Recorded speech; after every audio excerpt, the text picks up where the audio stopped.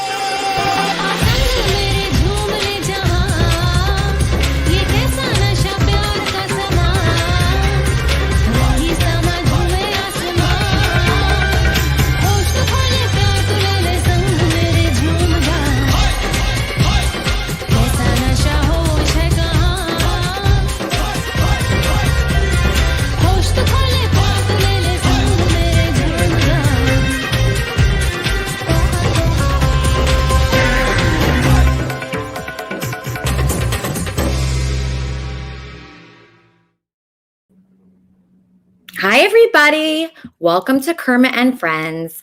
I am Elisa. This here is Fozzie, and Kermit is watching us from heaven. So I've been engaged for 1 week. Okay. 1 week I've been engaged. It is not going like I thought it would go. It's not going well. I haven't spoken to my fiance since he proposed to me. And I saw he posted an Instagram story with someone's nipple in it.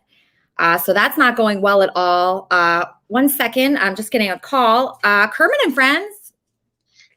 Hi, Kermit and Friends. It's me. How are you? Oh, okay. What are you calling yourself? Well, do you want to just call me Jim? That's okay. That's more real, I guess. Okay, Jim. Or you can call me Claire. It doesn't matter.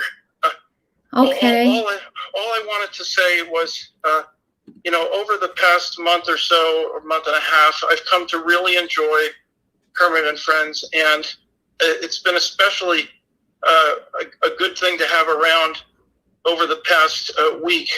My 90-year-old father, God rest his soul, he passed away last week. He lived a good, long, full, amazing life. He was going to be 91 in about a month and a half.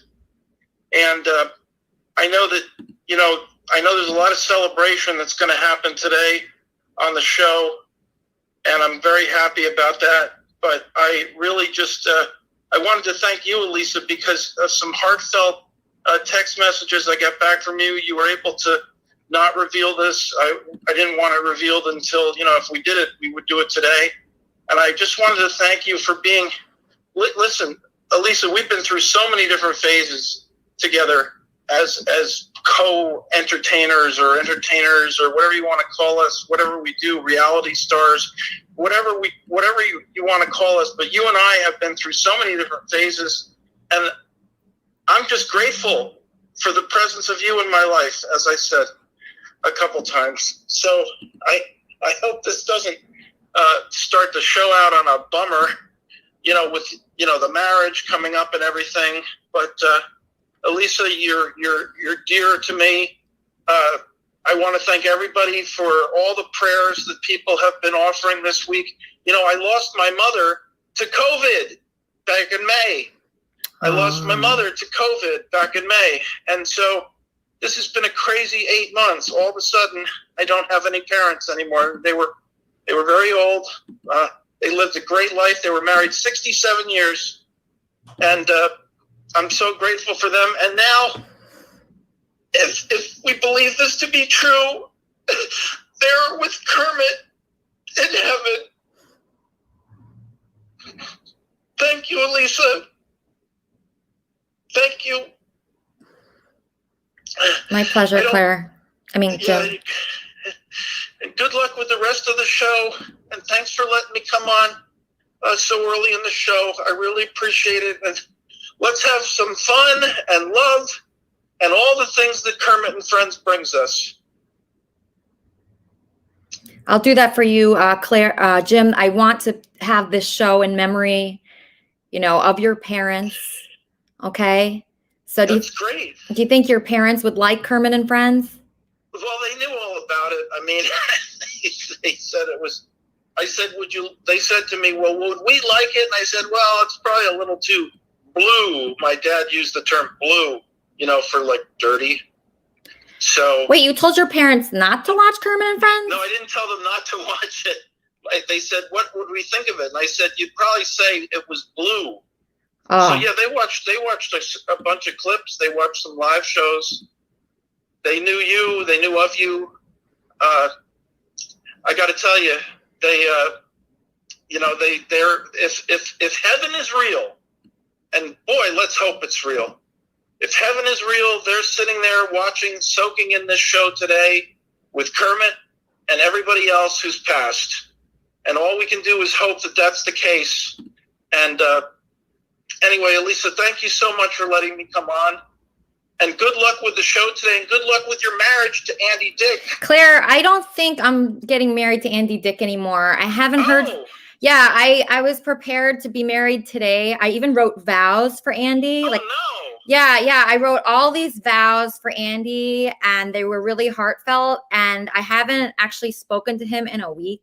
Oh, no. Yeah. Oh, no. Exactly. So it's really disappointing. It's just one after another, Claire. One guy after another has disappointed me. Don't let that, you know how I felt a couple weeks ago when I was going to call in about Quigley. Don't let that guy, passive aggressive, treating you not so nicely. I got to tell you. Yeah, actually, William Quigley texted me yesterday to say he wouldn't be available today. And I had also written a poem to him. So, you just can't rely on anybody, Jim. You give to Quigley. You give so much to Quigley. I mean, let's face it, relatively an unknown. You give so much to him, and he's so passive aggressive. I just, Andy Dick, I thought was going to be a winner. Yeah, I thought so too. I wrote some beautiful vows to him. I had my minister all lined up. And I was excited about marrying him today because, that was never my dream, Jim, to be married. It really wasn't my dream. But then when he came along, I said to myself, my life would be a lot happier, I think, if I was married to Andy Dick. Because think about any sales call, any. Also, you said you want to be with somebody who's funny. You want to be with someone who's on Kermit and Friends. Yeah, you have to be on Kermit and Friends if you want to date me. Be on Kermit and Friends if you want to date me. Yes, that is true. People that are not on Kermit and Friends, they have no chance. They have no chance. That's for sure. So, if I married Andy Dick. This makes me so, I'm not happy about Andy Dick backing out on you, but just to talk to you and to hear your voice and to know that our loved ones somehow, some way, there's a science behind it. We don't understand it. They're soaking this in. They're with us. They're up there. They're listening. They're watching. And they approve. I believe that, Jim. Do you feel like you still have a relationship with your parents, even though they are gone? Oh, my God, yes. Oh, my God, yes. I watch tonight. What am I going to do tonight? I'm going to watch Columbo because my dad always loved to watch Columbo. So I'm watching Columbo tonight. Yeah, I feel that way too. Kermit passed. I was just telling a friend of mine that I feel like my relationship with her is still strong. Yeah. I don't know how it works. There is a science. I'll say this. I'll repeat this. There's a science behind this. It's not just all magical mumbo jumbo. There is a science to the afterlife. Somehow maybe it fits into my holographic multiverse theory somehow. I don't know how, but they're alive. They're with us. They're looking. And then, what I'm going to do now, Elisa, I'm just going to sit back and enjoy the rest of the show. And I appreciate you keeping me on and letting me come on to share my thoughts. And I appreciate everybody's prayers out there, everybody who either loves me or hates me. Even if you fucking hate me, God damn it, you should be saying a prayer for me for losing my parents. Really, honest to God. Even the people that hate me. So, anyway, I know you're not one of those people anymore. We have a great deal going, Elisa. We'll keep it going. The Kermit and Friends community loves you, Jim. And I want everybody to reach out to Jim today. How can they reach out to you to give their condolences? Well, I think the best way to do it is on Twitter. Just use the thing where I put "What's keeping me happy?" WandaVision, The Mandalorian season 2, the latest episode of Kermit and Friends. That tweet. If you want to offer condolences, that's the tweet to do it. Do it up against that tweet. So when your parents passed, did you watch WandaVision first or Kermit and Friends? WandaVision didn't exist when my mother passed. I had told my dad about WandaVision, but I think it was a little too complicated for him. My dad's a big Marvel's Avengers fan. He's a big Star Trek fan. Probably when my dad passed, I watched a good episode of Star Trek, one that we loved so much together. Is the first thing I did. But no offense, Kermit and Friends is right up there. Makes me happy. And I'm a part of this thing with you. Historically, I'm a part of it from the old days, from the classic Kermit and Friends. We're together, a part of this thing, and it's kismet. I keep telling you, I keep saying to everybody, this is fate.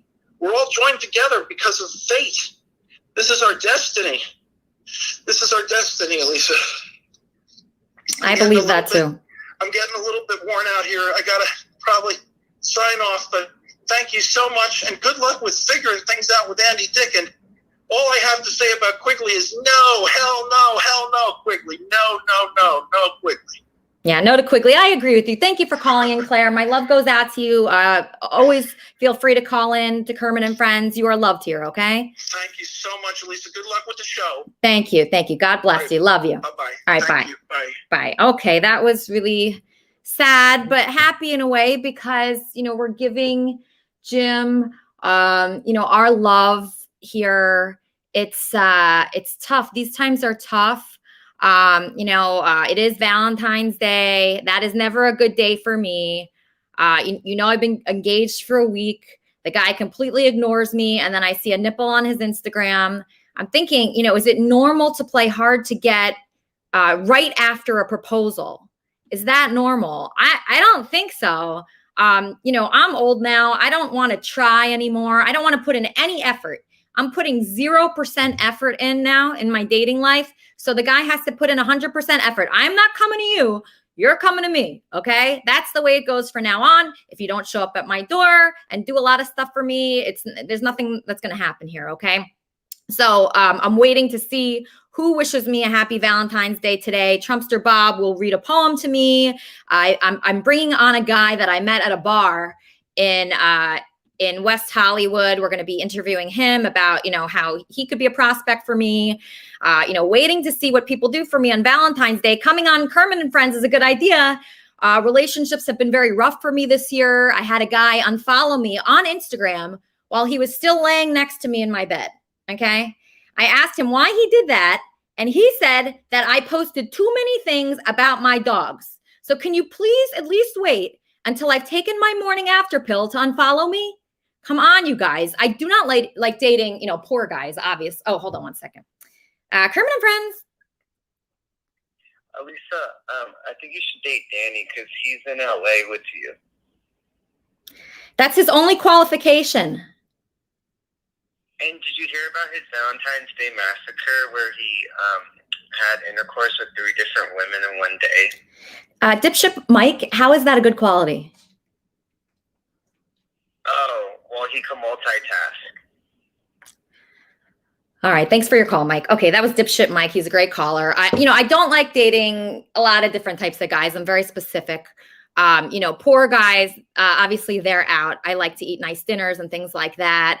But also rich guys, they're not really that good either. They're annoying in their own little way. So, the bad thing about dating guys that have a lot of money is they have too many cars. So when you break up with them, all of a sudden you're avoiding all types of cars. You can't go on any streets. I dove into a bush the other day avoiding a Tesla. So, they can ruin things for you.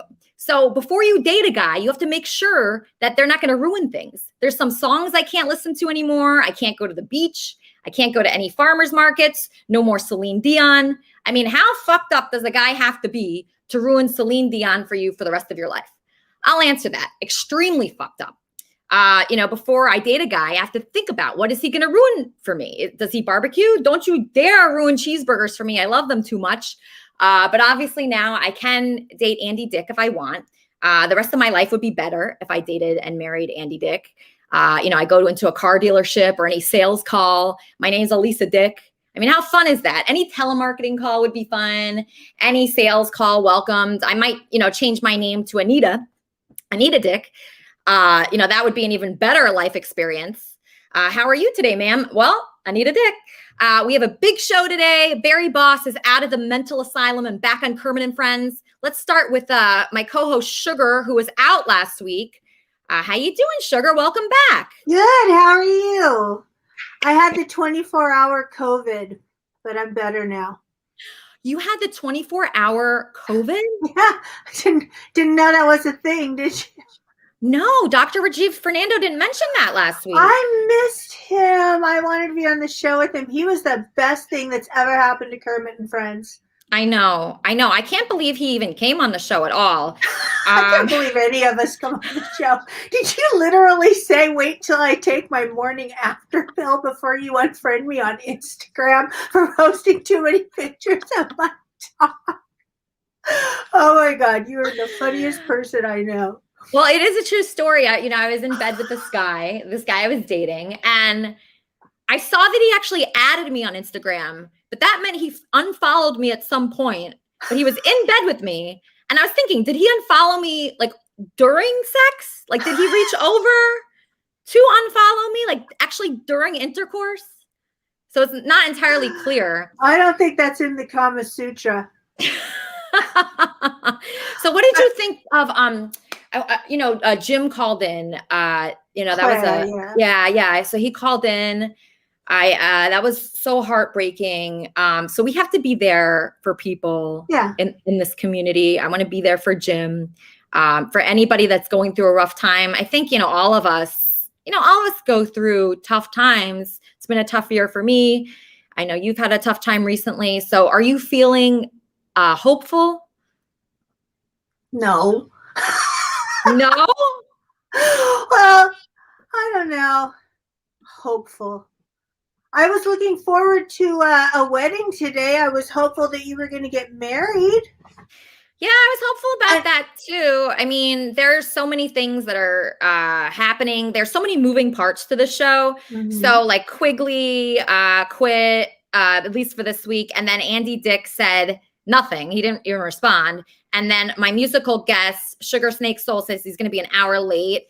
And so, all these things happen. And I have to be like, okay, it just has to bounce right off me. I didn't even answer Quig when he texted me he wasn't going to be on the show. Because it's just like, if he can't be professional, then, I just don't care. What's his reason for not being on the show? I think it's that he didn't get his 3% yet, to be honest with you. 3% of what? That's YouTube likes? Thumbs up? I don't know. Hold on one second, Sugar. Okay. Kermit and Friends. Yeah, I got a question. It's Ken TV. Hey, Ken TV. What's up? Why are you such a cunt? What? Why am I a cunt, Ken TV? No, you wanted me to ask a question, right? Why are you such a cunt? In what way am I a cunt, Ken? I'm really nice to you. I'm taking your call. That makes me like the opposite of a cunt. No, otherwise you're a cunt. So why are you such a cunt? Why am I a cunt? Answer that question, Ken. That's right. You're a cunt. Oh, I hate that guy. I fucking hate that guy. Oh, K-Bot, are you there? Yes, I'm here. I just got an Amazon delivery. I'll be right there. Okay. I'll pull you up in a second. Okay, I just want to real quickly, but if you have your camera enabled, I'm going to get to you. Just stay put. I just want to bring up this guy that I met at La Boheme, a bar in West Hollywood. You guys tell me what you think of him. His name is Hytham.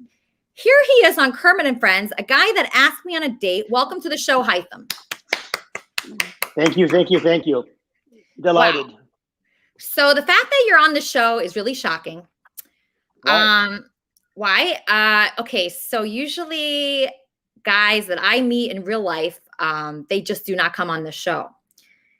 So you were very brave today. I'm impressed. I was impressed with you at La Boheme when I met you. Do you want to give people a little bit of a background on how we met? Yeah, I was with some friends, and my friend had his nice dog with us. Mm-hmm. And we decided to see the cute girl that I saw when I walked in. And I thought I'd walk the dog around to see you. And there you were. And we made small talk. And I believe I challenged you to a game of chess. And that was my opening line. Yes. Yeah, and so that was pretty the good. actual chess set came in. So I did order it right away because I normally play chess on my phone.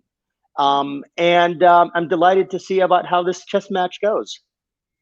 Wow. Okay. So I got to admit, I was impressed because usually when guys approach you, they don't have anything to say. They're not like as outgoing. You were probably the most outgoing person that I've ever met in my life. So I was impressed by that. And wow. It was and that's saying a lot. Incredible. You know Andy Dick. That's pretty amazing that you would say that. Yeah, I do know Andy Dick, kind of. I mean, we are engaged, but it's probably not happening. So yeah, I didn't know you were engaged when I met you. So I feel like I'm kind of blindsided. I'm slightly hurt, but not really, because, you know, I'm hoping that I'm a better match. Okay, so I'm going to find out right now if you're a better match, because so far you are impressing me. It's Valentine's Day. You're on Kermit and Friends, and you're such a good sport about this. Let's get some questions from the fans. Okay, so these fans are going to ask you questions. Let's start with a girl. Let's start with my friend Lori. This is Lori Bolton. This is a great friend of mine that I've known for years. Lori, ask this guy. Do you pronounce your name Hytham? Yeah, Hytham. Hytham. Okay. Everybody calls me H as a friend nickname, so call me whatever you like. I really give zero fucks. Okay, Lori, just ask him a question. I don't know what to ask him. Based on your name, I assume that you're Arab.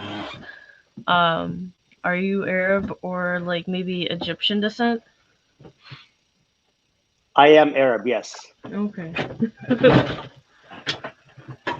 Lori, do you have a follow-up question? No. Arabs. I love Arabs. You do? Why? You do? Wow. I rarely hear this. This is great. They're very sexy and romantic. Oh, wow. That's good, Lori. Yes. Okay, I'm getting a call. Kermit and Friends. Hi, this is Carol Jane, Benji's horny therapist. Oh my gosh, Benji's horny therapist. Okay. Do you have a question for Hytham? Yes, I want to know if he will let me give him a pedicure while he wears a short flowered skirt. Oh my gosh. He said yes. I don't know why he said yes, but he said yes. Okay. See, you have a lot of oh boy. Okay. You have a lot of people like that calling in, Hytham. Okay, let's take a question from one of the stars of Kermit and Friends, Barry Measy. Barry, this is a guy that I'm thinking about dating. He showed up on Kermit and Friends. He challenged me to a chess match. What is your question for Hytham? So, what nationality are you in Arabic, Hytham? I am Palestinian. Okay. Ooh, that could be a bit of a problem. Why is that? Because Elisa's real last name is Schwartz. Oh, I know. And Yeah, and her father's Jewish, like I am. So I'm aware of this as well. yeah, I mean, but Barry, consider this. Consider the possibility of our future engagement and our nuptials as being the start of a budding peace process that would spread throughout the whole world. That's a good point. yeah, but Elisa's known me since 2015. I was one of the first stars in her original Kermit and Friends show, and she's actually. We've discussed her moving to Miami to actually date me. So I just wanted to let this is more of a competition. I got it. So this is more of a competition. Oh no, and I got you. I got you. No, it's okay. I get it. And the other thing is that as you listen, all the fans know is that I got a really big fucking cock. Okay, Barry. Kermit and Friends. Oh shoot, I hung up. Sorry. All right, so just ignore that. Barry will be on. I'm going to bring you back on in a second. Let's go to Lori's dad, John Bolton. John Bolton, you're my minister. You're going to be ordaining any wedding that I do. So if I marry Hytham or I marry Andy Dick, either one, you're going to be the minister. Well, so you ask. So yeah, he's definitely a good-looking guy. Yeah, he's a good-looking guy, right? Well, you've stolen all our hearts, Elisa. I know, John. So, John, what's your question for Hytham? Ask him more than like the Palestinian thing. I want to go beyond that. Is he going to be able to take care of you financially as well as physically? I mean, you have to think about that too. The love is a very important part of any relationship, but if there's a lot of struggle trying to take care of stuff, it can be a bind in life. I found that out with both of my wives, so. That's a great question, John. Hold on 1 second. I'm getting a call. Kermit and Friends. Yes, hello. This is Randy. I had a question for Hytham. Yes. Yes, Hytham. How big is your cock? Randy. Wow. I mean, you don't have to answer. If you want to answer it, you can. If you don't want to answer it, you don't have to. I can answer. No, I can answer this. Let's just say that I impressed myself. Sorry, Barry. Okay. Well, let's put it this way. I'm 8 inches around and I'm 7 long. 8 by 7. That's a lot of square footage. That's a lot of square footage. Yeah, you must. Yeah. You probably want to be on a different podcast, or I think you could make a lot of money somewhere else. In Florida. Actually, I've already made a lot of money. I was previously a big-time sports entertainment agent. If you Google my name, you'll see who I once was. So I'll definitely be Googling you. I'm technically retired from the business. So I've got 3 monitors here. I'm looking you up right now, Barry. Let me see what Barry says about Barry. Let's see what I was arrested by the feds wrongfully in 2018, and my charges were dropped. And I pled out to misdemeanor. Arrested for what, Barry? What? Arrested for what?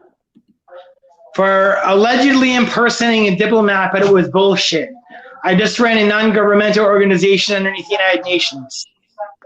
Gotcha. Okay. Please hold. Kermit and Friends. Kermit and Friends. Hi, this is Hot Marge. Can you hear me? Yes. Hey, Hot Marge. I wanted to know if the good-looking guy that looks like Michael Douglas and the porno guy would get oiled up in an oil wrestle for us. I'll ask him, Hot Marge. No problem. Okay. So, Hytham, did you hear that question? I did hear it, and it's rare that I say no, so I'll say yes again. I've got no problem. Wow, I'm starting to think you're like an angel. You are so nice. I can't believe this. I might have found a really good guy here. Let's take another question from Justin Smallwood. Justin Smallwood, you're on with my potential mate replacing Andy Dick, Hytham. I have a question. Okay. Yes. Are you have you ever been like to New York or anything like that? Yes, I have. and how is it? New York is one of those places that I always said would either destroy me or conquer it. And I don't know what would happen. I love the city, the dangerous city, and a lot of vices would probably tempt me. But I think at my age right now, I've conquered all those vices. So I would really enjoy New York. Because I like to go to New York. I've never been. I'm from a rural state called Ohio, and I don't usually travel the world as much as I used to. So That's okay, Justin. That's okay. Okay, so how's it going so far, Hytham? Are you having fun at all? This is the best Sunday I've had in a long time. This is great. Really? Oh my gosh, that's Yes. awesome. Okay, good. Okay, so let's keep going. I have Trumpster Bob here. Trumpster Bob is a Trump supporter, conservative Republican, friend of mine. Trumpster Bob, what's your question for Hytham? I just want to know, can he pass the Trumpster Bob butthole challenge? What was that again? Can you pass the Trumpster Bob butthole challenge? I'm aware of this challenge. What is it? LinkedIn. You know, that's like if you're sleeping in the middle of the night and you're on your stomach and she rolls over and spreads your butt cheeks. Are you still a virgin, or did you already blow it out and got to wear a man diaper while you're sleeping? Wow. I have no idea how to go with that. That bewilders me. I'll get back to you though, Bob. I will. T-Bob. I think T-Bob's a better name for you, by the way. It's a little quicker. T-Bob, that is a good name. I love the name T-Bob. That's a good idea. Bob, can you just turn your camera horizontally so I could see all of you there? I don't know if this is a new phone, and I'm not sure how that works. So let me try. Okay, we'll try that because I have a poem from you. Trumpster Bob is going to read us a Valentine's Day poem soon. K-Bot, you just texted me. Come on, I guess I'm not supposed to say anything again. Are you upset that I'm taking a long time to get to you, K-Bot? Well, I am. I'm in this. I'm the only one here in a costume. So I wanted to ask Hytham a question as a Palestinian. Hello, Hytham. My name is K-Bot. I'm a cyber security guard today. Hytham. Okay. I want to know what your views are with America giving Israel $3 to $4 billion a year. As a Palestinian, how do you feel about that? Well, I'm not really that happy about it, but because I don't think it generates any kind of peace situation for both peoples. I believe that money is primarily for the defense contractors to increase their business. I believe that if that money was not there, they would have less weapons in the world. And sadly, it does not do anything to progress peace. Now, I understand why it's done. I have a lot of Jewish friends, a lot of Israeli friends. I think that money always corrupts. Money's great and all, but money does corrupt. Interesting. Happy Valentine's Day. Okay, you can put me back in the backstage now. Hold on, K-Bot. Wait, hold on. You're very important to me. I just want to tell you that. And I don't want you to think that I don't like you or that I don't want you on the show. You are amazing. And have I made you feel like insecure about being on the show at all? Oh, no, I don't feel insecure at all. But, it has been 30 minutes and I'm just now saying something. So it's like, I'm wearing this costume and I love it. And I think you're beautiful and I think the show is great. But I just wanted to come in and say hello at least for 10 seconds. Okay, so you want me to put you on sooner. That's what you're saying. Now I can go and I'm so satisfied now. Okay, but you had all this news. You're my newscaster. I hired you as my newscaster. Is there anything in the news today?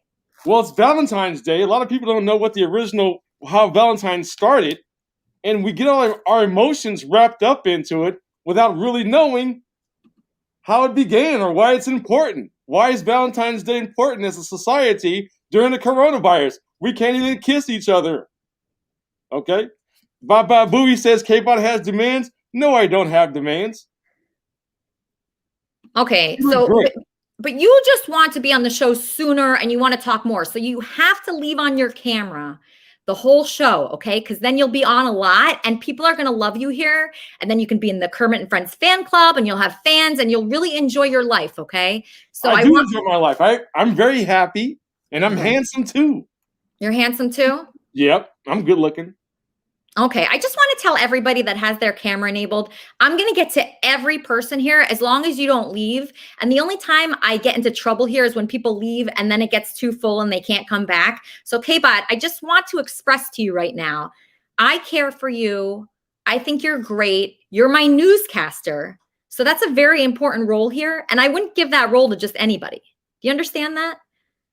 Yes, and I appreciate it very much. And happy Valentine's Day to you. And I even made a Valentine's Day balloon like the other guy did, but mine is blue. Oh. Okay? So, it's fine. You can take me off. I'll come back later. I'll stay. K-Bot, I even printed out the article you told me. You told me about the, according to CNN, or according to, where's this from, the Japanese article that you told me about? Well, it's on the internet. I don't really watch CNN or Fox News right now. Okay. They both need to like work it out. But there's a handsome man tax in Japan. So there's a handsome man tax in Japan. So how do they decipher who's handsome? Like, is it just, how do they decide that? That's what I didn't understand about that. Well, hold on one second. It's probably determined by who's getting laid. So if you're not getting laid, you won't get the handsome man tax. Okay. I wouldn't be getting the handsome man tax. Me, no, I don't. Actually, I would get the handsome man tax. If I were in Japan, I would get it. Okay? So that's how it goes. Okay, so if you get laid a lot, that means you're handsome. If you don't get laid, you're not attractive? Because I find myself attractive. I never get laid. Well, if you probably don't get laid because you don't get out enough. And you're just going to West Hollywood. There's other places to go. Yeah, that's right. Yeah, you're right. I do go to West Hollywood a lot. In fact, I was shocked when I met Hytham because I was in like Boys Town. Well, West Hollywood is gay. Yeah, Not that there's anything wrong with that, but there's a lot of gay guys there. So they might not want to, get with you. They might want to get with another guy. Yeah, that's true. Okay, so let me just really quickly get to my musical guest, Sugar Snake Soul.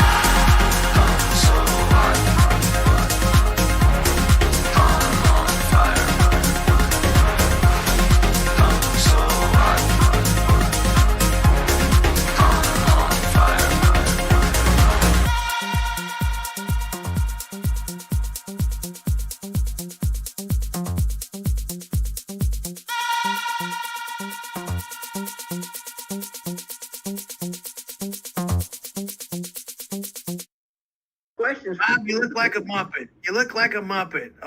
You when I saw you on that show, it was a Muppet show, Kermit show. You look like the fucking old man that sits up in the balcony. Them two old geezers that sit up in the balcony. how did you get discovered for this show? She's a beautiful girl. I mean, how did she discover you?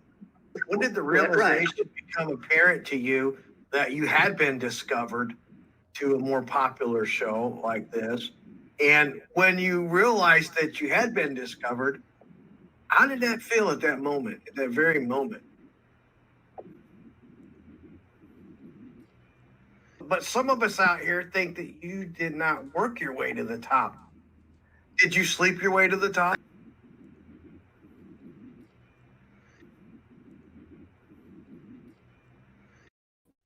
Bob, you were interviewed about Kermit and Friends. They asked you if you slept your way to the top to become COO. Why didn't you just say no? I didn't sleep my way to the top. I did say no. I didn't hear that. Oh, well, you weren't paying attention. So who was that guy interviewing you? Oh, that's a guy that wants to be my producer on and off every single day. But he's a really nice, cool guy. But he comes up with ways to put a knife in your back sometimes. You know, ask me quick questions and all that. So I generally dance around his interviews and his questions. Yeah, because you're going to be interviewed a lot about this show. And, you know, today you have a poem. So are you ready to recite your Valentine's Day poem for me and Mo here? Yes, one of this. How you doing, Mo? What's going on, Sloppy Bobby? Mo's one of the sweetest guys you'll ever meet. Don't let him fool you. Yeah. You sweet, too. That's why y'all talk about the butthole challenge. But I ain't sweet like that, baby. That's why you talk or you sweet.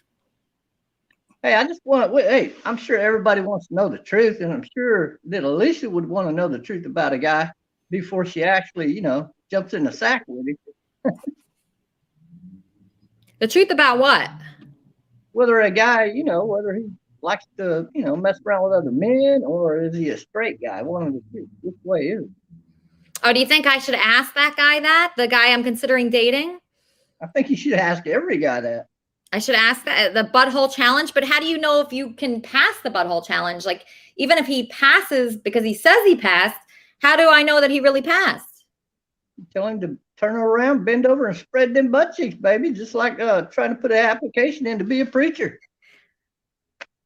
But Bob, this guy, Hytham, he's like a very classy guy. I can't tell him to turn around and bend over. That's ridiculous, Bob. Well, tell him to come into my private live stream, and I'll challenge the guy, and we can both turn around and I'll show you what a virgin butthole looks like. And if he don't have a virgin butthole, you might discover that he has a blowed out booty hole. See, and then begs the question: do you want a guy like that? Because you really don't want a guy like that, because it's not like you can make love and then he can roll over and go to sleep. He's got to roll over, get out of bed, and put his man diaper on so he don't mess up the bed at night. See. So there's a lot to this, what I'm talking about here. I don't think that should be one of my first questions to him. Not one of your first, but one of the early on, get it out of the way questions.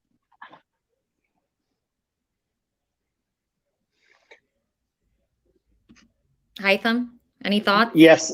Well, T-Bob, I'm pretty comfortable in who I am. I can tell you that living in LA and hanging out in West Hollywood, you meet a lot of people, and there's a lot of good-looking men and good-looking women. And I'm comfortable with both, but I've never had an experience that would let me to believe that I would not pass your challenge. So I'm okay with that. But I won't show you anything in private. I'm sorry, Bob. Oh, I understand. Most men are just scared of it. Oh, it's not scared. I just don't think it's apropos. Okay, I have another question for you. Yeah. Since you're from Pakistan, so you still got people over in Pakistan, your family, right? It's not Pakistan. It's Palestine. But Palestine. That's where you're from. Okay, yeah. My bad. You're Palestinian, so you are Muslim by faith then, and your family, do they still live over there in Palestine? I have family in Ramallah. I have family in Jerusalem. I don't have any family in Gaza. And I am agnostic. I am not religious by any means. You're agnostic, which means you just believe in what you can see, hear, and touch and feel kind of thing. No, I just don't believe in any man-made religion, put it that way. Okay, so do you believe in God? You know God, or is that just something you had a personal experience with? Call it an entity, whatever you want to call it. As long as you live your life in a good way, I'm okay with that. Right. Whatever guides you in a good way.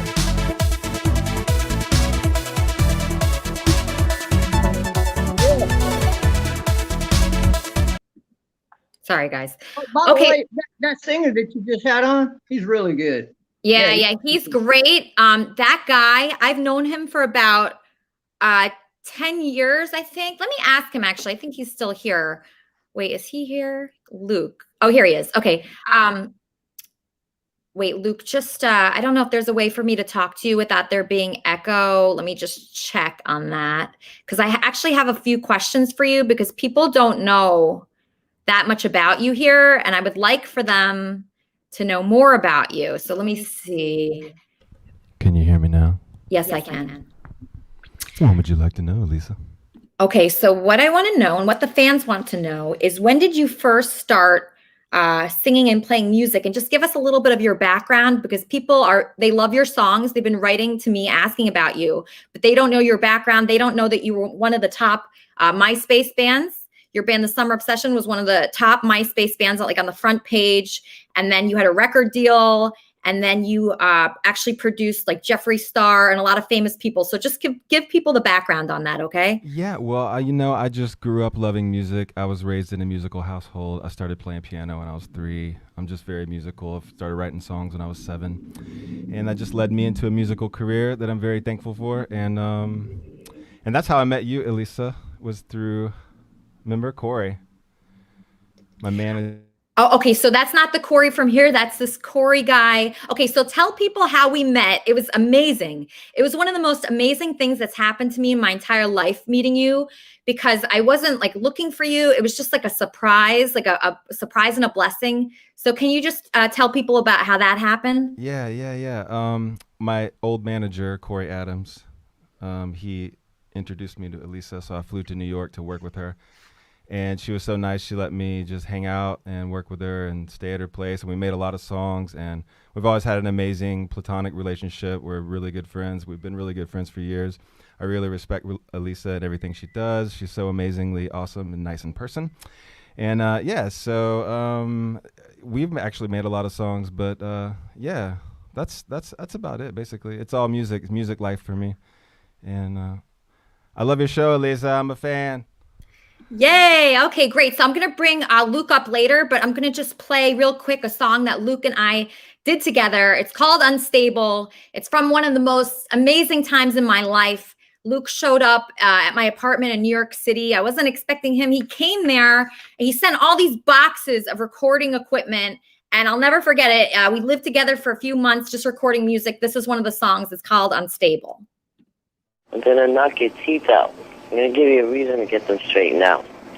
You messing with my old lady? Look at here. Remember, look after Jerome.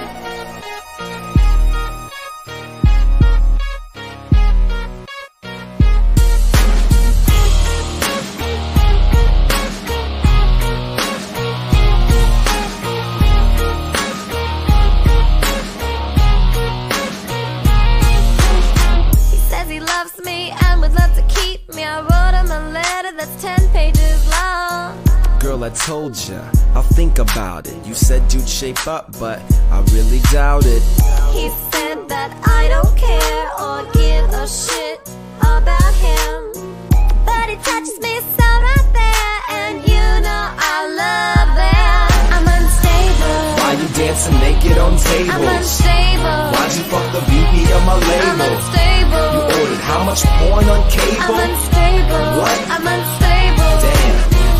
I'm sorry that I lost your keys. I'm sorry that I left your eyes on the beach. I'm sorry that I left your heat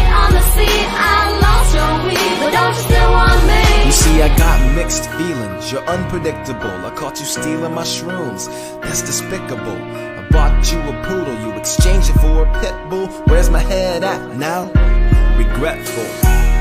I didn't mean to hold you down, babe. I just need all your attention. I just wanna be around. I'm unstable. You left my keys on the table. I'm unstable. You drank all my black label and got with the dude who installed our cable. I'm unstable. What? I'm unstable. Damn. I'm sorry that I lost your keys. I'm sorry that I left your eyes on the beach.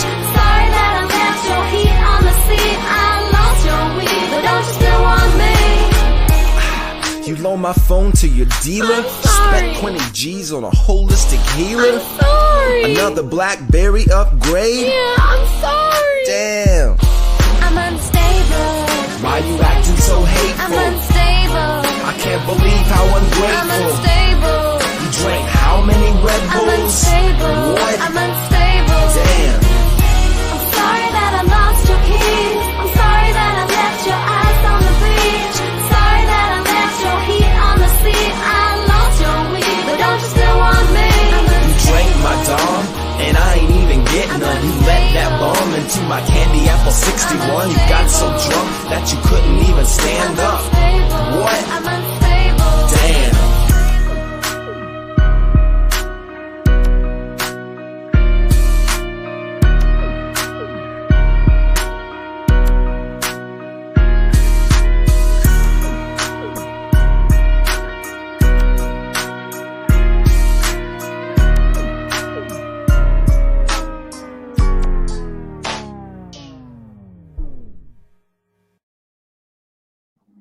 All right, so that was a song that I worked on with Luke. And man, it was just such a great time in my life. I had just come from being in the band Cobra Starship. I got kicked out of the band and I was so sad. And then this angel, Luke, Sugar Snake Soul, he was from the band Summer Obsession, which I had heard of because I loved MySpace back then. And they were always on the front page of MySpace and they were a famous band. And then Luke, you sang so well. I really like your voice. I'd love to do a song with you. Corey, hold on one second. Corey's calling in. So Corey, I have a theme song for you. Just hold on. Let me play your theme song. Just hold on 1 second. Okay, Corey? Okay. Corey, Corey, Corey. Corey, Corey, Corey, Corey. C-O-R-E-Y. C-O-R-E-Y. Corey, Corey, Corey, Corey, Corey. Corey. Corey, Corey, Corey, Corey, Corey. Corey, Corey, Corey, Corey. Corey. Corey.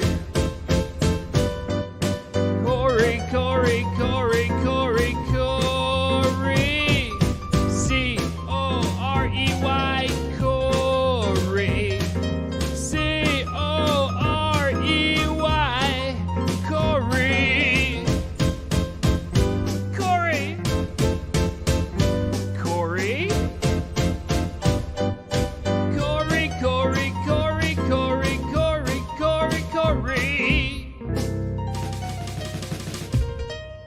Corey. Corey, do you hear your theme song? Yeah, only you though. Only you would do something like that.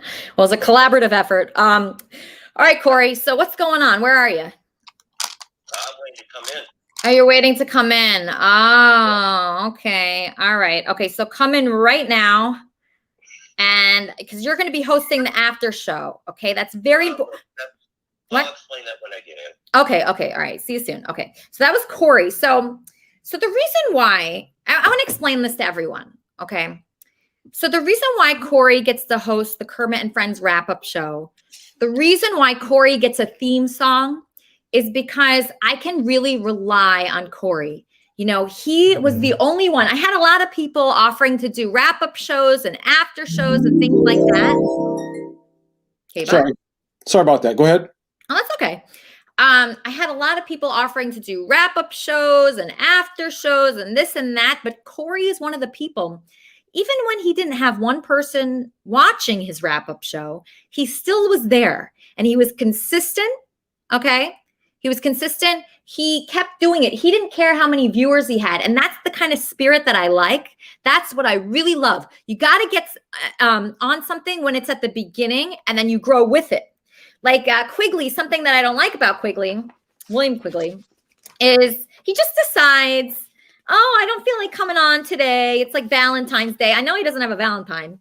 And I actually wrote a Valentine's Day poem for Quigley because he did not come on the show. He's asking for 3% of Kermit and Friends. So here's my poem.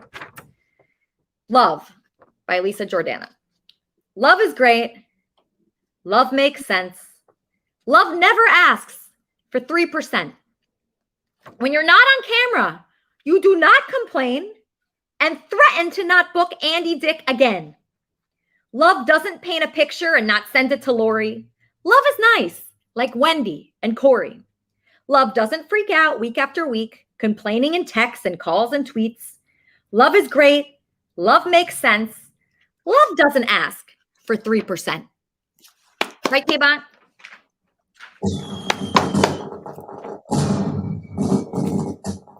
Fantastic. You get a sound effect for that one there. That's fantastic. Love it. Thank you. And then here's an email that I received that I'm very upset about. There's I get a lot of emails. I want people to always email me about the show. Do you have an idea for the show? Do you have an idea for my monologue at the beginning? Do you have an idea for my ending? Do you have an idea for guests? Do you have any idea? Email me, elisajordana@gmail.com. I got an email from our musician that was on last week, Dave Robinson. Okay, I'm going to read you this email and you tell me what you think. Hello, Angel. Happy Valentine's Day to you. I hope you're having a great day. I've been filming a bunch of pre-recorded songs and musical bits for you. Mwah, love that. There's been some bad problems with my streaming because the sound and picture breaks up. Okay, but if you don't mind, then I'm going to take a break for a couple of programs just because the bullying can be too much. But I'll be back very soon and provide you with better content. I love you and the idea for your program. I get that you're producing a show and I'd like to be the best guest that I can. So he is not here because of bullying. Do you have any idea, Bob, who the bully was? Oh, yeah. But I wasn't directly bullying the guy. I was just trying to point out that he's terrible. And the only reason you should bring him on your show is if he is the comedy show. But Bob, we can't bully people off the show. I'm going to ask your friend Mo. Mo, you're a friend of Bob, aren't you? Yes, I'm a friend of Sloppy Bobby. What's up? Okay, so you're a friend of Sloppy Bobby here, who still isn't horizontal like I want him. Yeah. Okay, so Mo, last week I had a musical guest named Dave Robinson. I saw that. Yeah, you saw that. So can you describe to the audience, in case they missed it, what happened with Dave Robinson and why he's not here this week? Because Bob was hating. Sloppy Bobby was sipping on some haterade. He hating because he wished he can sing. See, that dude can't just sing. He can sing. That's right. He's incredible. Dave Robinson is famous in the UK. Yeah. He graciously decided to come on Kermit and Friends. Who knows why? And then Bob said he sounded like shit. Yeah.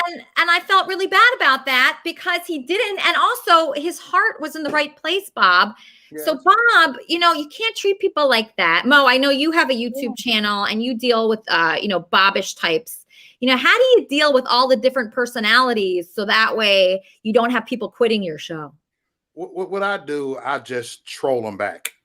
I'm the master troll. You just got to troll them back for they won't quit your show, man. You got to let people know that he's a joke. He's a joke. He's a hater. He's sipping on haterade. He's sipping on haterade. That's what I should say next time. Yeah, he's sipping on haterade. He's sipping on haterade. Sipping. He got drunk. Matter of fact, Bob don't sip off of haterade. He get drunk off haterade.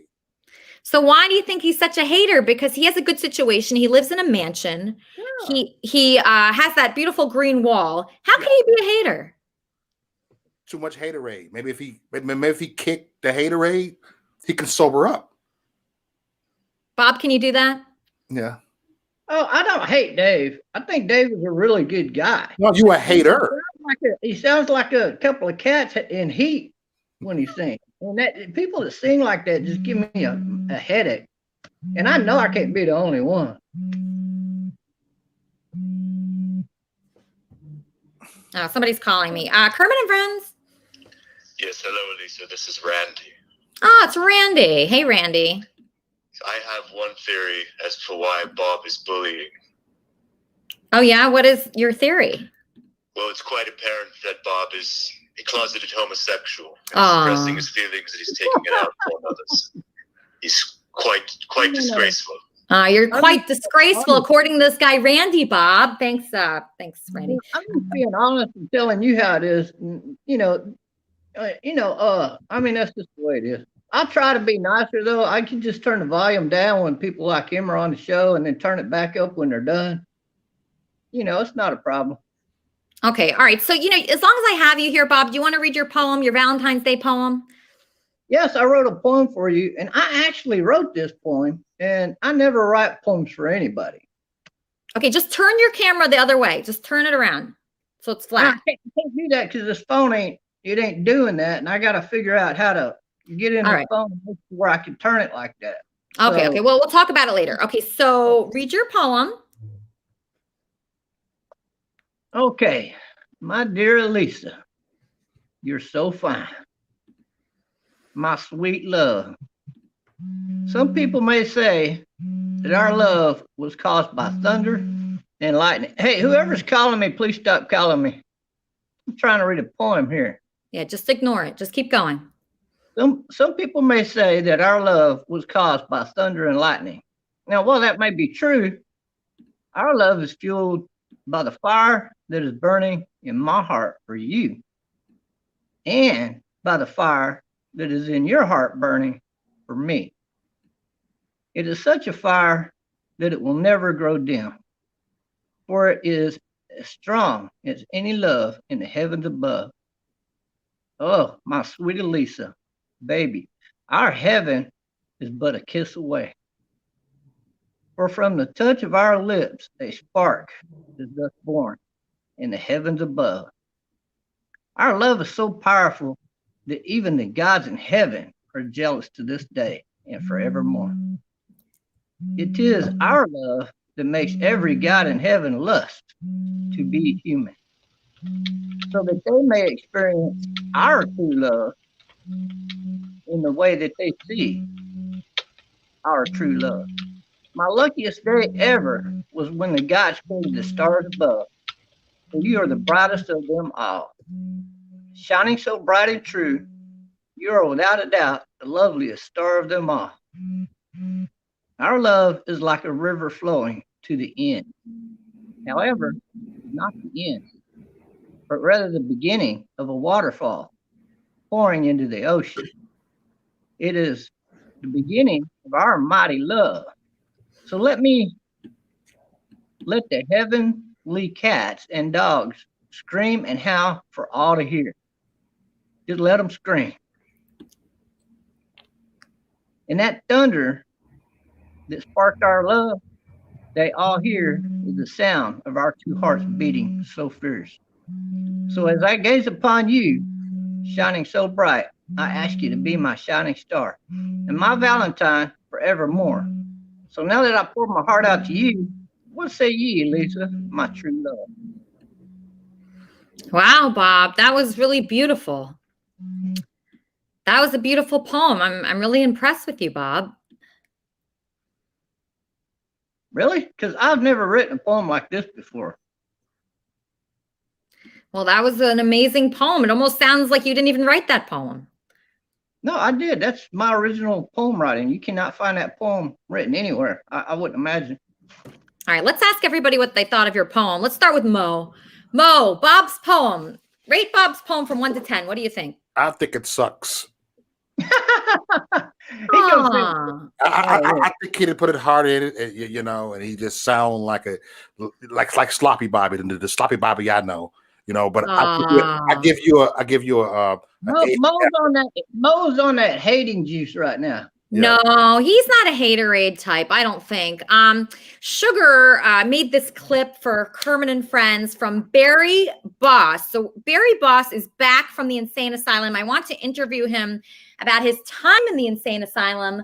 I've never been to an insane asylum exactly before, but I've been to an insane asylum type of places before, and it could be rough. So do you want to just tell us a little bit about this clip that we made for Barry Boss? You've never been 5150'd? I don't think so. Have you? Yeah. You have? Yeah. Yeah. You might be the only person I ever know who never has. Wait, what's 5150? What exactly is that? That is the legal code that means that they can throw you in the funny farm. Why were you thrown in the insane asylum? I used to, like, back in the day, have some interesting chemical attractions. Really? Let's just say that. Ladies, break it up. Hi, Eric. You know, there's plenty of time to crash land UFOs, you know, inside and outside of city limits. Eric, have you ever been 5150 before? Like Sugar here? Yeah, I think if you are a rock star and they don't know what to do with you, Thank you. yeah, either they kill you or they find a way to put like a lot of money aside for you. I think you might be right, actually. I was put into a school for crazy people. It was a whole school. And so I don't know. It wasn't like a one-night thing or a two-night thing. It was like a year thing. And they put me into this school. And it was crazy. I couldn't talk to any boys.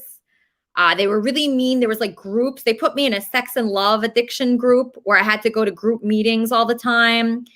And it was What bad. grade was this? This was in high school. Yeah. And during my high school years, I went to a school called the Sisto School. And it's since been closed down, but you could look it up. There's a lot of bad articles about it. And it's for like bad kids. So I had a roommate. I had this roommate that, what do you call it when you see things that aren't there? Like you see dead people, like hallucinations. Yeah, like she had hallucinations. So she'd be waking up all night with hallucinations. No. And that was my roommate. And it was frightening. And then another girl was bulimic and they would hold her down and they would like force food into her. It was really, really messed up. And it actually traumatized me. So was your 5150 experience like that? Did it traumatize you? Yes, but mine was only 3 days, and then they had to let me out by law. But yeah, it was the same thing. They stuck me in a room with a crazy lady, and then they wanted us to do like group therapy, and I wasn't going to talk to any of these people. I hate group therapy. I know. Why did they make you go to that school so young? What did you do? You know what? I was just like a bad kid. I wasn't a good kid. I was a bad kid, and they still let me go to. Well, actually, I got out of high school by taking a proficiency test, and then we had a community college that was free. So I just drove up to the community college and went to school. So that probably helped me. So but why would they? I was bad. So I would run away. I always wanted to be in New York City. Like we lived in Jersey. Mm-hmm.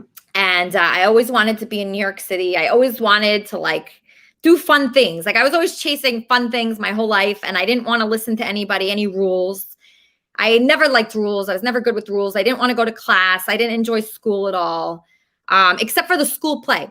When I got in the school play, I love that. Like I always loved creative things. And I always hated, other things like, science or math. Like I just had no interest.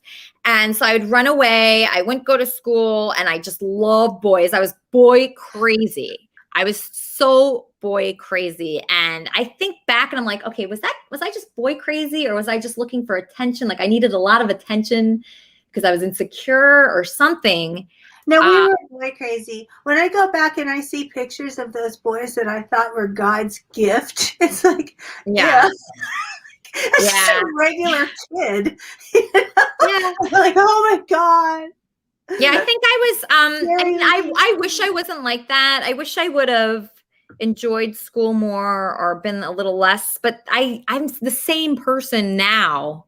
I mean, I still don't like rules. I still always push rules. I always push boundaries. I don't like, even my last job, I didn't like when they told me to do things, like not to do things. I hated that. I'm like, just let me be myself. I was always looking to be myself as much as possible. And it's so hard to do that, like in a regular job or. And I have you know, no at tolerance school. for boardom. I have so low Me tolerance too. for boredom. And boredom is a big part of having a job. That's why I work in Yeah. gig economy, because at least I can be bored in a different place. Yeah. Well, something that's not boring is the clip you made of Barry Boss. Oh, yay. Okay, so describe, because you have an original song that's actually in this clip. So let's talk Yes. about that. Without asking Barry, I made a collaboration. We made an artistic collaboration, Barry and myself, which he is just about to find out about.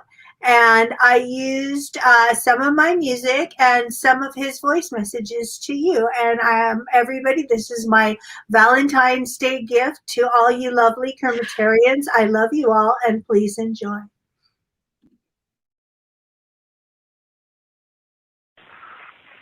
Elisa, it's Barry. Listen, I was just curious to know if you ever heard Doc's Mandy Dick. Listen, I'd love to get you in a solo shoot with a dildo and nude pictures. Okay, like you took in the past. You don't have to have sex with me on camera. I just want to take nude pictures of you.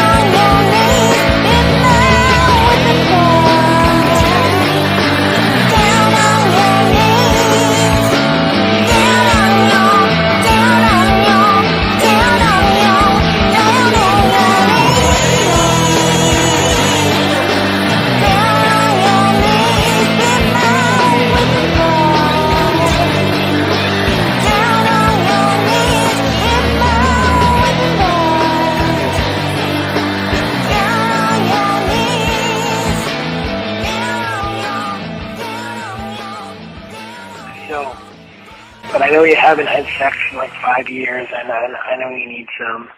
So it's like, so I'd really love to not fuck your brains out, but make passionate love to you, you know? And treat you like a princess, treat you really well, okay?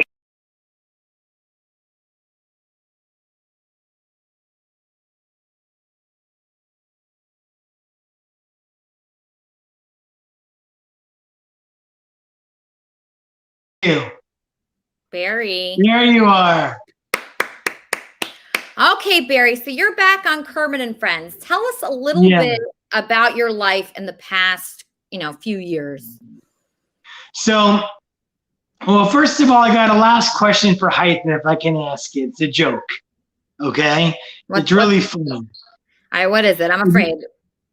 It don't kick me off the air list. It's really funny, okay? Okay. I can't give it away, but here it is. Okay? Hythen, if you go on a camping trip with your best friend and the next morning you wake up and all your shit's missing, and the tent is gone, and you have a condom sticking out of your ass. Do you tell No, your Barry. friends yes or no? Barry, no, you don't. No, Barry. Stop it, Barry. It's a trick question, Elisa. It's a trick question, Elisa. No, but I don't want you asking him that. We're trying to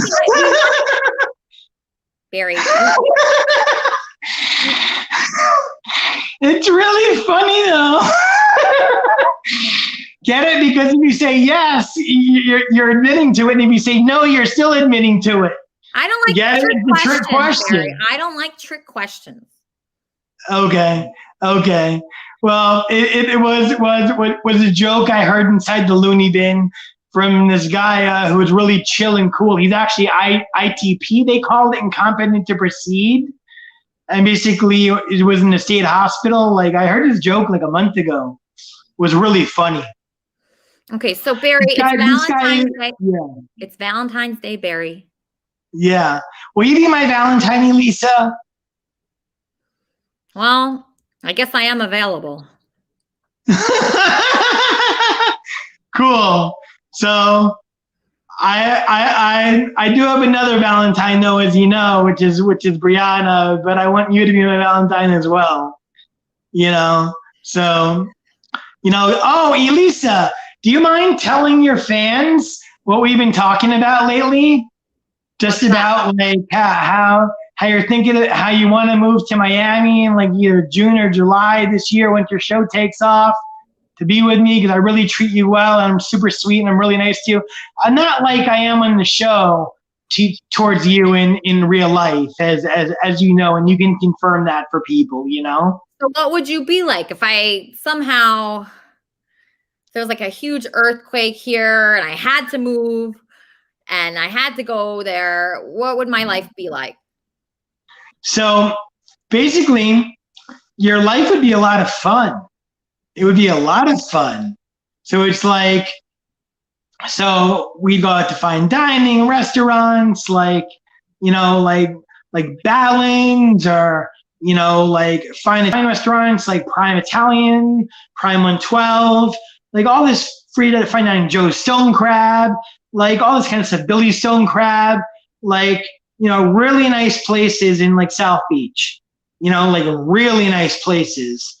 There's this Italian restaurant in Espanola Way. I don't know if it's still there or not, because it's been 3 years since I lived on South Beach, as you know, I lived on Lincoln and Lenox in 2018 before I was arrested. I was arrested at my apartment, actually. And you saw my pad, Elisa, that I had, and I'm getting a new pad this time in North Beach, and I'm moving back to South Beach soon. So, yeah. But remember, I told you that, like, you should look at Brickell, because Brickell is like the Wall Street of the South. It's somewhat of a party scene there, but not like South Beach, South Beach is very touristy and is like party central with all the nightclubs. Brickell, there's only like one club there. It's called Blue Martini, and it's like and it's a chill place, but there's like a lot of high class hookers there and stuff. So you got to be wary. But Okay, so Barry, I have this other prospect. His name's Eric. He wrote me a poem for Valentine's Day. Let's just listen to his poem. And then I'd like to get to my second musical guest, John Bolton. Well, you wanted to ask me about my time in the loony bin, so I'll discuss it. Oh, okay. Yeah, tell us about your time in the loony bin, Barry, and then we're going to get to the poem. So I went to prison first wrongfully for 18 months. I was coerced into pleading guilty to misdemeanors at the end just to get the hell out. Because once the feds got you, they can keep superseding you and superseding you and superseding you and superseding you with charges if they really don't like you. And the bottom line is that I ran a federal entity that was an organization. You can actually go on sam.gov and type in my cage code, which is 7Z1M1, so 7 Zulu 1 Michael 1. And you'll come up, and under expired entities, you'll see it, Florida Special Police Department Incorporated. And then if you go on like my my old Instagram, the one at Barry Mezzi, you'll see like screenshots and I'll Gary, send you. Gary, why don't you tell people the good things about you? Like you're worth. Tell them about your baseball cards. That you're. Oh yeah. So I parked all my money into high-end sports memorabilia over the last 15 years. Last 15 years since I've been working as an agent, right? I spent a lot of money, made a lot of money, spent a lot of money, parked a lot of money in high-end sports memorabilia. My investments have gone up. Put it this way, I paid $499 for a 1985 Nike promo Michael Jordan rookie card in VGS 9.5 gem mint condition in 2017. Now that card is worth $500,000. But you told me on the phone that you're worth $50 million. So how does that? Yeah, but that's just one of my cards. That's one of my cards. That's just one. I have a Honus Wagner. I have a Babe Ruth rookie. I have a ton of shit. I have the only only jersey to ever be worn by the entire Chicago White Sox team from 1916 and 1919. It's a scrimmage and exhibition jersey worn in spring training in Mineral, Texas. It's authenticated by Jeff Chanel, the curator for the White Sox Museum, as well as David Dyma, a reputable third-party authenticator. Ken Golden of Golden Auctions had it authenticated for me. And that jersey alone right now is worth probably about $50 million alone. So because a Mickey Mantle rookie card just sold for $5 million recently. Yeah. Wow, so impressive. Okay, so John, I'm really sad right now. You were supposed to be my minister today for my wedding. I'm really sad about that, John. I don't know what to say. I'm doing some meme shout outs while I'm here too. You Okay. know who that is? You know who I'm that just is? Super Tramp. Yeah. Hi, Austin. So this is not a happy moment for me. I'm really embarrassed. My fiance who proposed to me last week, this is in case you missed it. Andy Dick here. He came into my life at a time when I really needed him. And he actually proposed to me this morning. And that sounds like a good option for me, right, Andy? Yes, you're my girl. No, Yeah. I'm gonna give you the fattest fucking ring, bitch. Really? Yep. Wow. Okay, so that sounds great. I actually had this other guy propose to me named Eric. This is Eric. I'm gonna beat the fucking shit out of that bitch. No.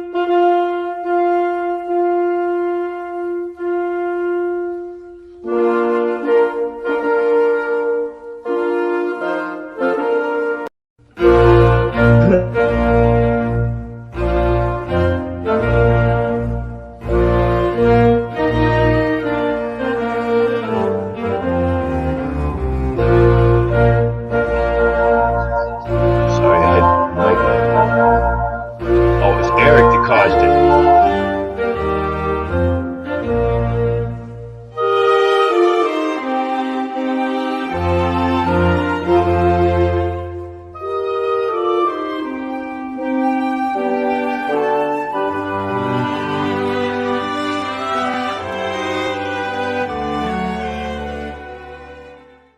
Cacked out on her. So, John, I'm devastated. I'm so sad. You're supposed to be my minister, and I wrote these vows, John. So I'm going to read you my vows as if Andy were here. Okay? Okay. Andy, thank you so much for believing in me and being so nice. You make me laugh. You entertain me.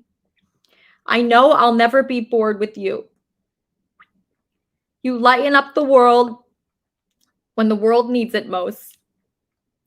Even through all your struggles, the things I really like best about you is you always try to have a fun, good time, no matter what is going on.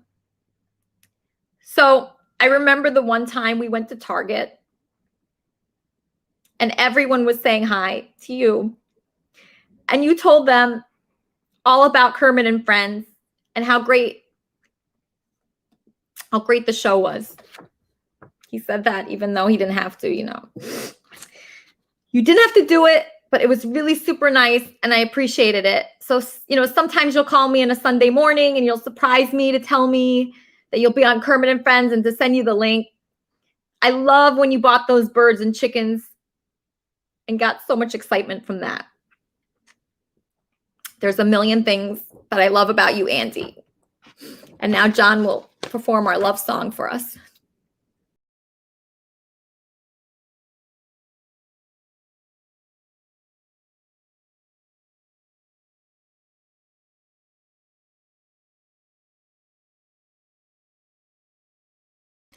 John, you're muted. Little Frank Sinatra, sorry. My bad. That's life. That's what all the people say. You're hiding high in April, shot down in May. But I know I'm gonna change that tune when I'm back on top in June. I said that's life, and as funny as it may seem, some people get their kicks stomping on a dream. But I don't let it get me down, 'cause this fine old world, it keeps spinning around. Been a prophet, a pirate, a poet, a pawn and a king. I've been up and down and over and out, and I know just one thing. Each time I find myself flat on my face, I pick myself up and get back in the race. That's life. I tell you, I can't deny it. I thought of quitting, baby, but my heart just ain't gonna buy it. And if I don't think it was worth one single try, I'd jump right on a big bird and then I'd fly. I've been a puppet, a pirate, a poet, a pawn and a king. I've been up and down and over and out, and I know one thing. Each time I find myself lying flat on my face, I just pick myself up and get back in the race. That's life. That's life, and I can't deny it. Thank you. Many times I thought of shutting out, but my heart won't buy it. But if there's nothing shaking, come here this July, I'm gonna roll myself up in a big ball and die. My, oh yeah.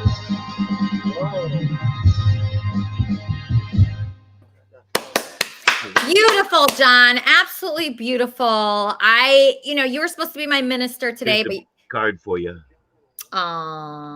you are the best. I do want to give a shout out if I can. Sure. Miss Wendy, the special adult. Mhm. Because of some differences that went on this weekend, I asked her to be my Valentine, and I want to say Happy Valentine's Day to Miss Wendy out there.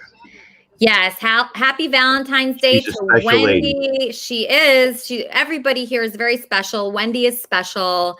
We appreciate her so much. And now a poem from Eric Riggs. Eric Riggs. Wow. Let me start by letting you know that I got you some ice cream for Valentine's Day. As you can see, this is the Tonight dough for some inspiration for you, Elisa. Mhm. So I wrote you this here poem, but before I read you this poem, I've been meaning to read you this from King Solomon. Can I read you something that King Solomon once said? Yeah. Yeah, since it's a Sunday service, it says, Solomon said 7 things about an indolent person. He said, people would say to the indolent person, your teacher is in town. Go and learn the Torah from him. And he would respond to them, I'm afraid of the lion in the road. And if they would say to him, your teacher is in the community, he would say, I'm afraid that there might be a lion in the streets. And if they would say to him, he's within your house, he would say to him, if I go to him, I will find the door locked. And they would say to him, it's open. And when he no longer knew what to answer, he would say, it doesn't matter whether it is locked or unlocked. I'd like to sleep a little bit more. So while everyone else was sleeping, I was writing you this poem and getting you this amazing ice cream for Valentine's Day, Elisa, because you know how much I love you. Here we go. All right, here's what we got here. A poem for Elisa. This is called My Funny Valentine. My funny Valentine, she makes me laugh. 100%. She's the best. When the lion lays down with the lioness. The Lamb of God says she's the opposite sex. My funny Valentine enjoys the hunt. She wants a rich guy that she can trust. Her skin looks pillowy soft, like halos on angels. Even the storehouse of God cannot compare to your beauty, honey. If only you could be loyal, then that would be a miracle. Please, God, grant me the serenity to have sex with Elisa in my lifetime. Amen. Thank you for calling the Speaker of the House, Nancy Pelosi. If you've reached this message during regular business hours, we are experiencing a high volume of calls. Please visit us on our website, www.speaker.gov. If you've reached us after regular business hours, please leave a message or comment. Thank you for calling. Record your message after the tone.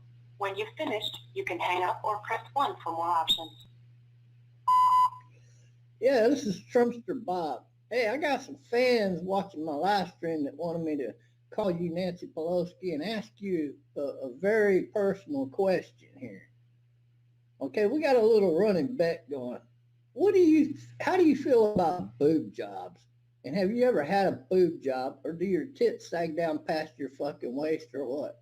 I'm serious. I would love for one of your representatives to call me back and so my fans can listen to the answer. We're just curious. Do you think women should be allowed or not be having, do you think they're bad for women? They're bad for the health, or do you think they're okay? Like most people say, that's your business. Do what the hell you want, right? And have you ever had one? That's the question of the day. My bet is that they sag down past your waist at this point in time, right? But I could be wrong and lose the bet. Who knows? If you'd have somebody call me, my number is 972-748-9989. I would really love an answer to this question, and so would the fans watching my live stream, Miss Nancy Pelosi. And I hope you just stick in there and do a good job for the people, all right? God bless and have a good day.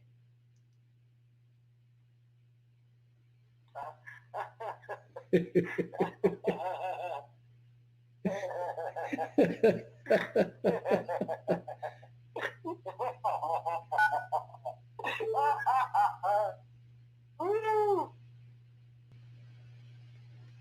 tell you who else I want to call and ask. Trump's fucking daughter, man. She's beautiful. I'd like to know. Are they all natural, or have you ever had a boob job, right? Thank you for calling the office of Congresswoman Maxine Waters. Our office hours are from 9 a.m. to 5 p.m. Monday through Friday. You've reached Oscar. I'm not available at the moment. Please leave a message. Thank you. Yes, ma'am. I run a show. My name's Trumpster Bob, and Hey. a lot of my fans want me to call people like, Ivanka, Trump, and a couple of you people there. And we got one big question for Maxine Waters. And I'm serious. I would love for somebody to call me back with a legit answer. And my fans are betting whether or not Maxine Waters ever had a boob job or not. And how does she feel about boob jobs? Are they healthy for women, or is it something she would never do? And has she ever had a boob job or not? That's the question, okay? And so my number is 972-748-9989. Could you please have somebody call me back with an answer to that question? That's like a good question, right? A good question to have answered, I would think. Okay. Thank you. Y'all have a good day. And, keep on in there trying to do the best jobs that y'all can do. How about that?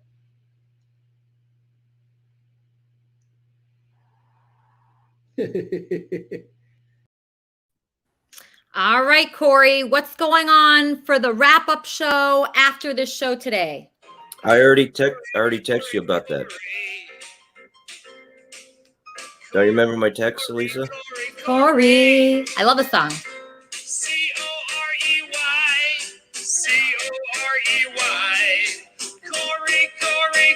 Corey.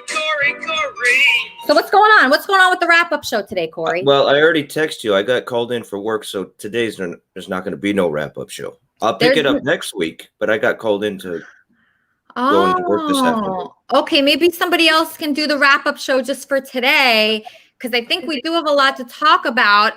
You're actually supposed to be Wendy's Valentine today. What happened with that? Yeah, we're still friends. Oh, okay. I was looking forward to you guys like wearing red and celebrating. I guess a lot of disappointments happen on Valentine's Day. I'm disappointed too. Hey, it's Single Awareness Day, so. Yeah, I guess it is kind of like a sad day for people, but this is in happier times. Now what you want to say? No, in a serious, what do you actually, without their influence on your own accord, what do you actually think of me? I think you're a good guy. I think you're nice, but I don't know what to tell you because they tell me this and that, and people don't like you, so what am I supposed to do? You got the haters that don't like me, but the people that do like me, you got to listen to. But what you know of me, what do you think of me? I think you're an okay guy, but Granny came in here and told us all about the truth about you and your parents. Okay. Wendy, you notice how we had a good thing on Elisa Jordana and all this. You can talk to Elisa Jordana and she'll tell you the same thing. Don't let these bullies get to you because you got a good thing going. And Elisa Jordana mentions every Sunday how these bullies are ganging up and bullying on Wendy and Corey. Okay. Well, you have a nice night. You too. Love you. I love you too. Bye. Bye.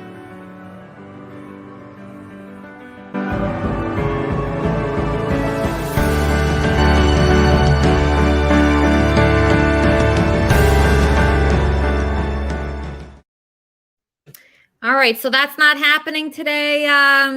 Corey, you and Wendy are not Valentine's today? No.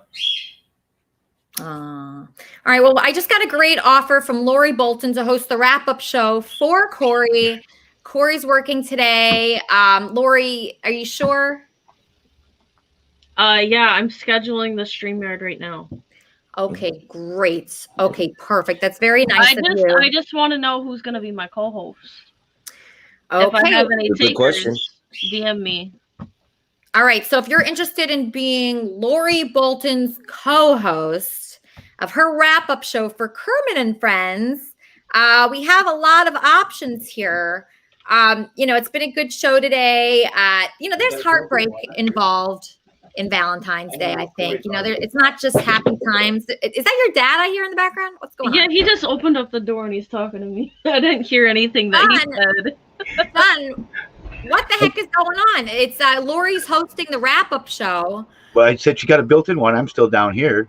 Oh, okay. So it's going to be the Bolton's wrap-up show. There you go. Perfect. I want to know what Corey thought of my song, of my That's Life. I got a lot of mixed people through the crowd. Oh, let's ask him. Let's ask Corey. Corey, did you enjoy John Bolton's rendition of that song? It's typical Bolton. Okay, so you loved it. I didn't sound better. Really. I even put my heart into that, Corey. Really put it in. I love how Bolton has no pitch or tone or nothing. He just raises his voice up and down with the flat notes. See, he doesn't like my singing at all. That's okay. That's okay. You're going to get a lot of haters. D-Man is familiar with this. I may make a correction, though. That guy that was talking about the money is root of all evil. That's not correct. The love of money is the root of all evil. I don't remember anybody saying who said that. Oh, Eric said that? But that's a misconception. Everyone says the money is the root of all evil. No, it's not. It's the lust, the love of money. Oh, okay. All right. Well, listen, we're going through a lot now. I'm going through a lot. It's an emotional day. John, I'm going to pull you up for a song in a second.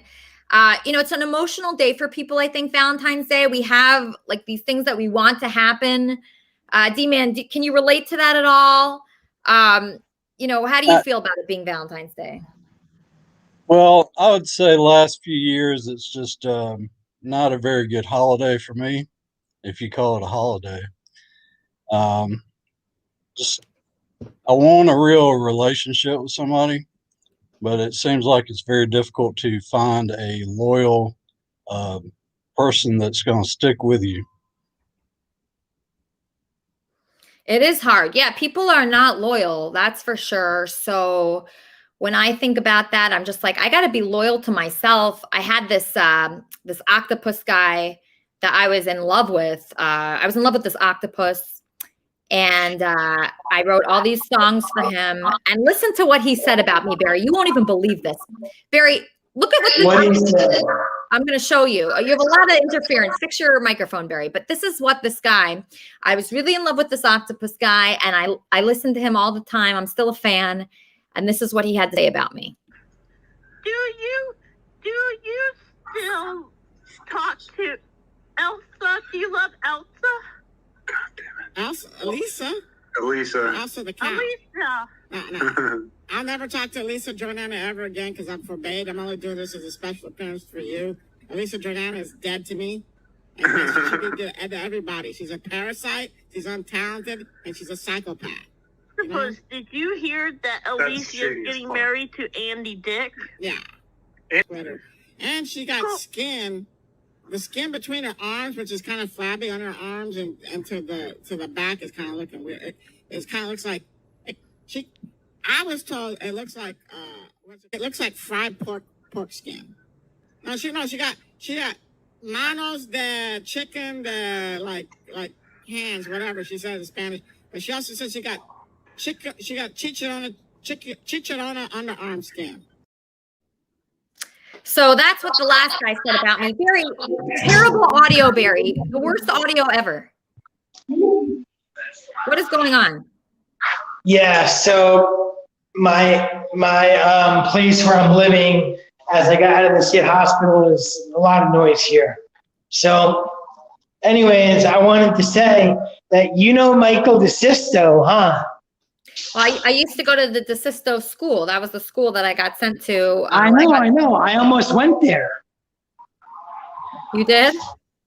Yeah, in 1995, I almost went there. They had a restaurant there. Like, you see, I know the shit. They had a restaurant there that you said kids work at. You remember? Yeah, I know. I worked there. Yeah. And Michael DeSisto did not believe in medication for psychiatric purposes. That's why my parents did not send me there. They thought he was a certifiable nut job. Oh, geez. Okay, Hytham, are you still interested in me after all this? Yes, the answer is clearly yes. Wow. Oh my gosh. That's unbelievable. I mean, truly, truly unbelievable. Are you sure? Are you you don't have any doubts? Nothing here has shown you any reason to run? No, not at all. I mean, none. Okay, describe what you've seen. I'm waiting. I can't believe it. So describe what you've seen here today. Oh, organized mayhem. It's I think some really funny stuff. Great music, without a doubt. Barry's one of my heroes. I think Barry's got a real future in something. She definitely moved to North Hollywood. He's a waste in Miami. North Hollywood in the Valley, and some porn videos would do him some well. Wow. I can't believe this. This shows there is possibility of love and to never give up. Playing us out is John Bolton with another love song. Please welcome back to the show, John Bolton. Well, I hadn't. I'm going to do another Frank Sinatra, though, I guess. That's where my key seems to be, my pitch. A little pitch I have. I think you can do it.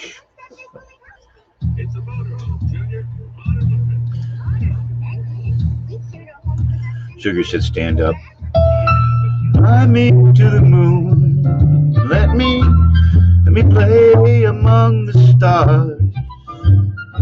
Let me see what spring is like on a Jupiter and Mars. In other words, hold my hand. In other words, baby, kiss me. Fill my heart with song. Let me sing forevermore. You are all I long for, all I worship and adore. In other words, please be true. In other words, I love you.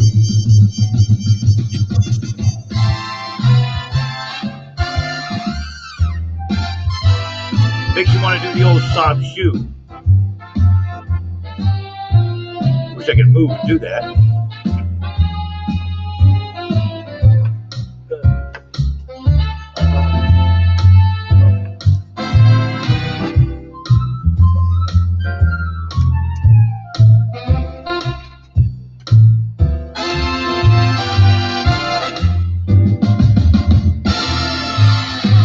Fill my heart with song. Let me sing forevermore. You are all I long for, all I worship and adore. In other words, please be true. In other words,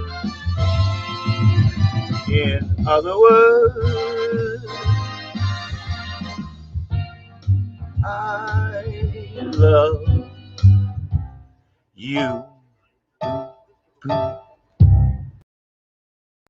Wow, that was absolutely wonderful, John. Thank you so much to everyone that has been involved here. Did you have a good day, friends? I know I did. You know what time it is? It's time for me to see all our friends at home through my magical webcam. And now I will read you a quote from Marianne King as suggested to me by Gwen Parker. Romper, stomper, bomper, boo. Tell me, do. Magic mirror. Tell me today, did all my friends have fun at play? Claire Sider and Maurice Delk and Luna and Hytham and John B. Trumpster, Bob Sugar, Wendy, Corey, Quigley, K-Bot and Robot and Andy and Benji and Justin and Allison and Ava, Baba Booey and Kermit in Heaven, 412, Fozzie and Pete and Peter and all the fish in the sea. I want to thank everybody for watching the show today. In the spirit of Kermit, I love you, and I'll see you next Sunday, same time, same magical place.